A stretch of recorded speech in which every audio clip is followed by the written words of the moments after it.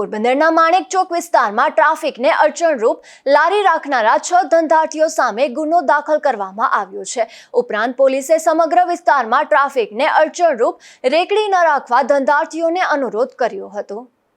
Kirti Mandir police મથકના constable Ankita Arjan Jankat, કિશોર માલદેસિંહ રખિયા અને હોથી અર્જણ મોઢવાડિયાએ માણેક ચોક પાસે જાહેર રોડ ઉપર ટ્રાફિકને અડચણરૂપ લારી રાખનારા 6 ધંધાર્થીઓ સામે ગુનો દાખલ કર્યો છે, જેમાં ખાપટ નાગબાપાના મંદિર પાસે રહેતી પ્રભાબેન પ્રવીણ વાઘેલાએ મસાલાની લારી, બોખીરા રામદેવ પીરના દ્વારા પાસે રહેતા સાજણ ભીમાવદરે શ્રીફળની લારી, જુબેલી હાથી કેમિકલ પાસે રહેતી હસમુખ બાબુ ચુડાસમાએ ફ્રૂટની લારી, ઠક્કર પ્લોટ સિંધી જમાતખાના પાસે રહેતા સિકંદર કરીમ બેગે પાઉં ખારી સહિતની બેકરીની ચીજવસ્તુઓની લારી, ખાપટ નાગબાપા મંદિર પાસે રહેતા પ્રવીણ દિલીપ પરમાર અને રાકેશ દિલીપ પરમારે મસાલાની લારી સરેઆમ રસ્તા ઉપર ભયજનક રીતે અને માણસોને તેમજ ટ્રાફિકને અવરજવરમાં અડચણરૂપ થાય તે રીતે ઊભા રાખતા તમામ સામે ગુનો દાખલ થયા હતા। ઉપરાંત કીર્તિ મંદિર પોલીસ દ્વારા સમગ્ર વિસ્તારમાં ફૂટ પેટ્રોલિંગ કરવામાં આવ્યું હતું અને ધંધાર્થીઓને ટ્રાફિકને અડચણરૂપ કે નડતરરૂપ વસ્તુઓ ન રાખવા અનુરોધ કર્યો હતો।